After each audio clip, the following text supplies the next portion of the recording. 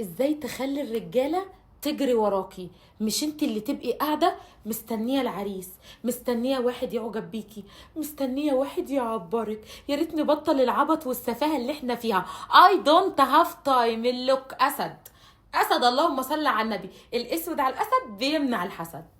هو انا هنستنى لحد ما نحضر فرح عشان حد يشوفنا يعجب بينا؟ هنروح الكوافير ونخرب في نفسنا عشان لما نمشي نتعاكس؟ انت لازم تبقي عارفه قيمه نفسك. رقم واحد ان انا ست حلوه وجامده وناجحه. طب انا مش شغاله يا امان زيك انجح؟ طب انا ابقى عارفه قيمه نفسي انا حلوه؟ طب انا يا امان فعلا بنوته مش حلوه؟ لا انا حلوه. ربنا وزع الحلاوه على كل واحده.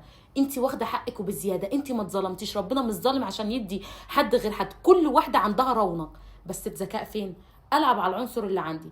يعني انا عارفه نفسي ان انا شعري حلو يبقى انا بلعب على شعري. يعني انا عارفه نفسي ان انا متحدثه يبقى بلعب على لساني. طب انا عارفه مثلا ان شكلي حلو يبقى بلعب على شكلي. اختار العنصر اللي هلاعب بيه الراجل. اجيب الراجل ازاي انه يعجب بيا؟ ما يبقاش هدفي اصلا الراجل.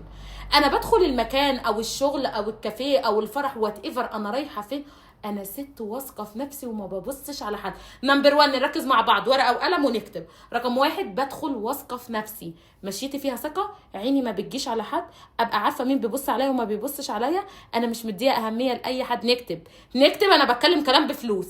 فدي رقم 1، الثقه في النفس. رقم 2، المظهر الخارجي. اي حد هيبص على حد يلفته لازم تكون الخلقه عدله. يعني لازم اكون عامله الميك اب بتاعي، لابسه اوتفيت شيك، ابقى ظاهره بكامل لياقتي عشان ده لفت انتباه. ما هي الست مظهر يا ماما، الست نظافه ولبس وشكل. ما هي ايه اللي بيميز ست عن ست؟ الشكل. الشكل يا ماما. فلازم نكون مهتمين بنفسنا. بعد كده اللسان. في ممكن نبقى قاعدين في مكان تدخل واحده وحشه فعلا وماشيه جنب واحد جامد جدا، تيجي انت تقولي خدها على ايه؟ ممكن يكون لسانها احسن منك 100 مره. الذكاء رقم 3، اني لما واحد يعجب بيا ما اتدلقش، اعرف اسحبه واجيبه فيريل عليا انا ويبقى عايزني انا، ويسيب الجامده ويسيب اللي جسمها حلو ويسيب ويسيب ويسيب ويجي لي. الراجل لازم يبقى مش فاهمك، تبقى متقلبه، يبقى مش عارف اخرك. الراجل لو عرف اخرك مش هيكمل معاكي حتى لو جوزك. فلازم نلعبه، لازم نبقى عارفين كويس قوي احنا بنلاعب مين، احنا بنعمل ايه. لازم ابقى عارفه هدخل على الراجل ازاي.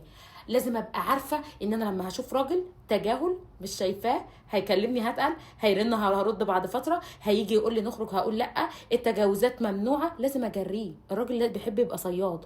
الراجل اللي هتبقي متاحه جنبه يلا نخرج ويلا نروح ويلا نيجي وفايبس وسفر وتبقى عايشه نفسك في الشانزليزيه، ده مش هياخدك. هتبقي مجرد وقت. شيري لي الريل بسرعه.